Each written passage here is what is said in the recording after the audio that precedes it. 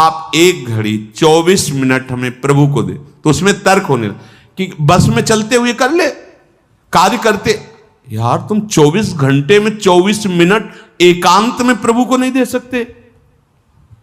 अरे चलते फिरते वो ओवर टाइम वाला नाम लेंगे ना, और जमा होगा हमारे पास। 24, 1 घड़ी, आधी घड़ी, आधी में पुण्य आधी। अगर हम एकाग्रता पूर्वक जपे तो कैसा रहेगा? 24 घंटे में 24 मिनट मेरे प्रभु के लिए, यद्यपि जीवन प्रभु के लिए, पर जैसे निराश होके, तो निराश होके हम कहते हैं, वैसे तो पूरा जीवन प्रभु के लिए, पर वैसा नहीं कर सकते हो तो समय समर्पित कर दो, पर 24 मिनट तो ऐसी प्रार्थना है। ऐसा कौन सा कार्य तुम्हारा है जो तुम इतने बिजी हो कि 24 मिनट नहीं निकाल सकते प्रभु के लिए?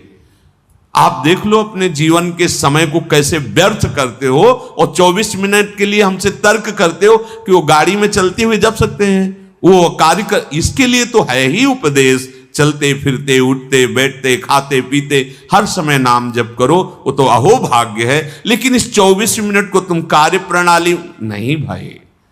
जब तुम्हारे लिए कह दिया कि 24 घंटे में सो मेहनत करो, जो भी कार्य, 24 मिनट निकाल के प्रभु के लिए, माला से बिना माला से, जो नाम प्रिय लगे, राधा राधा राधा। अरे देखो कितना एकांत में तुम्हें आनंद। बोले मन नहीं लगता, मन भागता, भागने दो, तुम बैठ जाओ, तुम बैठ जाओ, वो लग जाएगा एक दिन।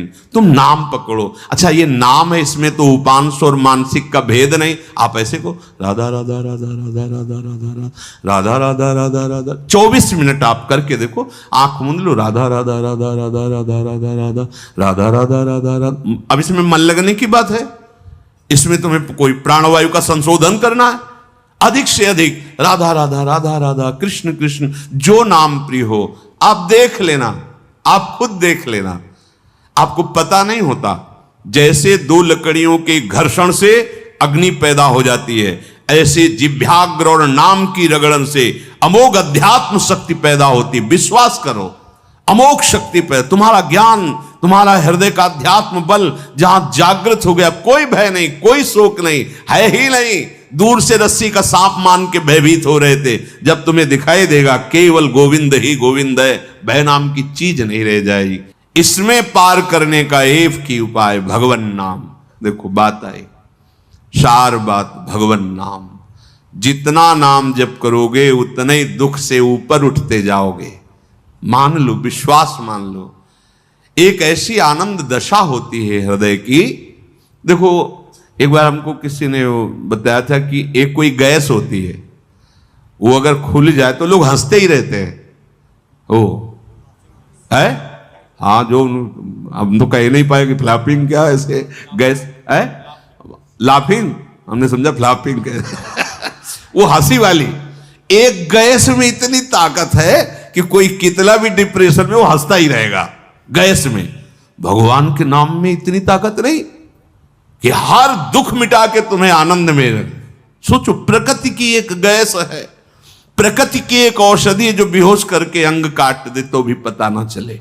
भगवान के नाम में, धन्वंतरी जी ने कहा, सब औषधियों का शोध करने पर पता चला भगवान नाम में जितनी रोग निवारण, दुख निवृत्ति, शोक निवृत्ति सामर्थ्य उतनी किसी औषधि में नहीं। धन्वंतरी जी के वचन है। जामवंत जी कह रहे हैं ये तो बाहरी समुद्र पर पुल आपके प्रताप से बनी जाएगा, पर भव समुद्र से पार होने का एकमात्र उपाय है भगवन नाम। अपनी जिह्वा से निरंतर, हम जैसे भी हैं अपने प्रभु के हैं, ये भाव बहुत मंगलमय है।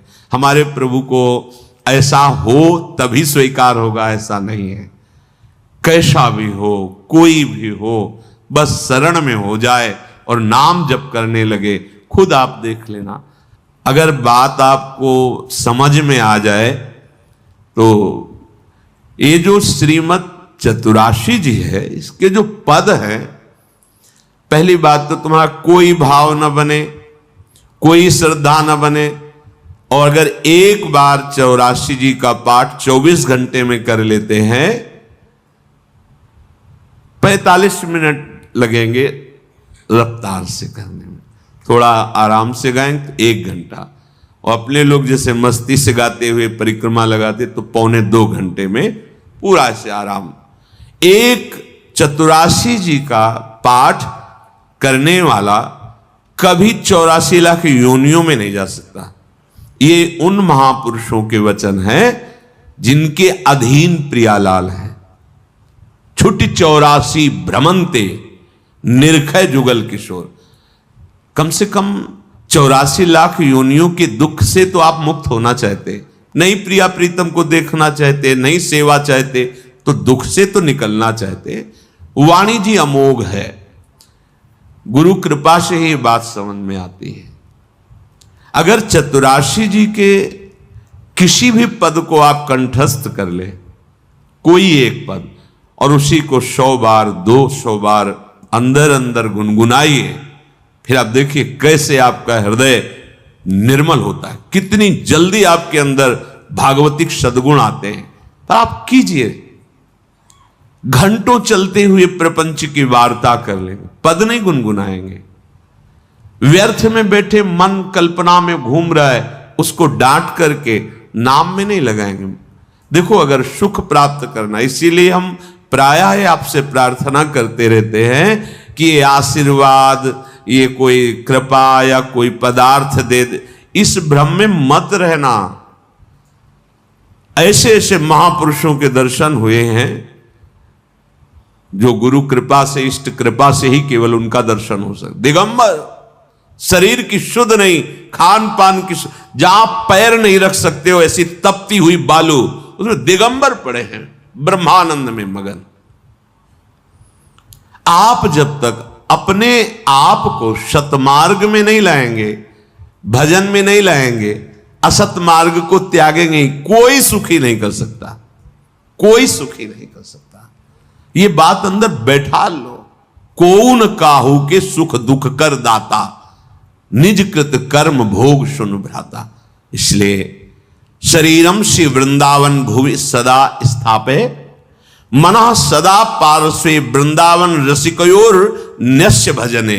आहा, जो युगल सरकार के भजन में रसिक जन डूबे हुए हैं, मन उनकी आज्ञा में दे दीजिए। अर्थात जैसा वो उपदेश करते हैं वैसे ही मन को चलाइए, तो न्यस्य भजने, वो भजन में समर्पित हो जाएगा। वचस्तत् केली नाम नवरत गाने रमय तत्। वाणी से उनकी केली रस का गान, बड़ा सुख मिलता है श्यामा श्याम को। सबसे बड़ा सुख मिलता है जब उनकी लीला का गायन करके सुनाते हो। जैसे आप गा रहे हो, आज निकुंज मंजु में खेलत नवल किशोर नवीन किशोरी, अति अनुपम अनुराग परस्पर सुना भूत भूतल्प। ये जोरी मुस्कुराती है प्रिया प्रीतम की। बस ये जहां प्रसन्न भये तो क्या होता है, जब राधिका श्याम प्रसन्न भये तो नित्य समीप सुख खींच ले। बस हमारी बात बन गई, हमारे मन को समीप। तो किशोरी मात मानम किमिश कुमारी नुकले, श्री लाडली जी के समीप उनकी सेवा की भावना और भाव देह दोनों प्राप्त हो जाता है। जब लाडली जी घसीट लेती है तो सेवा की भावना और सेवा जिससे संपादित होती, वो देह, जो सेवा संपादन की देह है, वो सच्चिदानंद है, पार्थिव देह नहीं, जन्म मरण वाला मलमूत्र बनाने वाला शरीर नहीं, चिदानंद देह। तब वो देख पाता है, जो यहां श्रीपाद के सदा पार्श्वे, वो देख पाता है अपनी प्राणेश्वरी स्वामिनी के पार्श्व में विराजमान। कैसा अद्भुत सुख। पर वचस्तत् केली नाम नवरत, नवीन नवीन सुख का अनुभव होना चाहिए, तभी मानना हृदय निर्मल हो। एक पद को 100 बार गा रहे तो हर बार आपको नया रस मिल रहा है। नाम जब के हर बार नया सुख मिल रहा है नाम से। राधा राधा राधा, हर बार एक नया अनुराग पैदा हो रहा है नाम के प्रति, नई आसक्ति पैदा हो रही है। कथा पीयूषादौ श्रवण युगल प्रीति विकलम।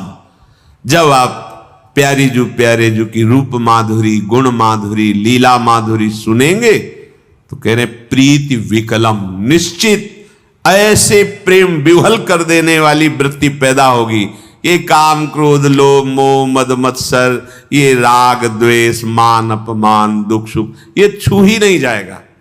आप इतनी ऊंचाई पर होंगे आपके हृदय की भूमिका कि आपका स्पर्श नहीं कर सकते हैं।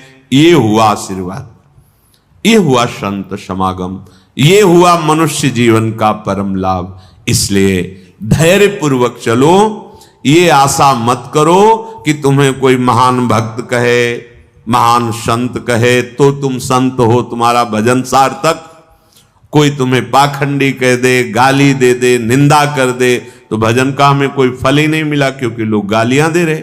देखो हमें भजन का फल मिला क्योंकि लोग प्रणाम। ये माया का आखिरी अस्त्र है। कंचन कामिनी कीर्ति, सब रूपों में भगवान इतने रूपों में आके हमें दर्शन दे रहे, दुलार कर रहे, हमें उनके चरणों में प्रणाम करना। मेरे प्रभु इतने रूप धारण करके प्यार कर रहे, भावना अपनी कहीं अहम जनित ना हो जाए कि मैं साधक हूं, मैं भजनानंदी महात्मा हूं, मुझे लोग नमस्कार करते प्रणाम करते, फिर मार्ग आगे का रुक जाएगा। इसलिए कह रहे निरपेक्षः, समस्त निरपेक्षः, एवं नमस्कार प्रणाम नाना प्रकार की प्रशंसा या कोई आश्चर्यजनक सिद्धियां तुम्हारे अंदर आ रही, सबसे निरपेक्ष रहो, इनका प्रयोग मत करना। तभी तुम श्री जी की सेवा का अधिकार जो सच्चिदानंदमय जीवन है वो तुम्हें प्राप्त हो जाएगा। सहज में आनंद की वर्षा करने वाली। अब ये सहज शब्द से हमारा परिचय नहीं तो लगता है बिना क्रियाओं से क्या हो जाएगा। जैसे कोई कहता है कि क्रियाओं से क्या हो जाएगा, हमने विचार करके देखा है सत क्रियाओं से बुद्धि पवित्र होती है, असत क्रियाओं से बुद्धि गंदी होती है। गंदी बुद्धि का गंदा निश्चय होता है, पवित्र बुद्धि का दिव्य निश्चय होता है। बस इतना हुआ क्रियाओं से। और बुद्धि का जब परमात्म स्वरूप में निश्चय होता है तो बुद्धि बुद्धि नहीं रह जाती, वो कृष्णाकार हो जाती, भगवदाकार हो जाती। यहीं से परमानंद की अनुभूति प्रारंभ होती है। जो क्रियाओं से बुद्धि को पवित्रता मिलती है वो साधु समागम से एक क्षण में मिल जाती है। विश्वसनीय श्रद्धावान एक क्षण में अपनी बुद्धि को उतना पावन कर लेता है जो बहुत वर्षों तक तीर्थ और सत्क्रियाएं की जाए तब बुद्धि पवित्र होती, वो साधु समागम से एक क्षण। इसीलिए व्रतानि यज्ञ छंदांसि तीर्था नियमा यमाः यथा वरुंधेत सत्संगा सर्वसंगोपहो हिमाम। सत्संग के बराबर किसी को नहीं रखा गया। व्रत नियम तीर्थयाटन वेदों का स्वाध्याय दान पुण्य ये सब एक तरफ और साधु समागम एक तरफ। एक क्षण में बुद्धि को इतना पावन कर दे कि वो प्रभु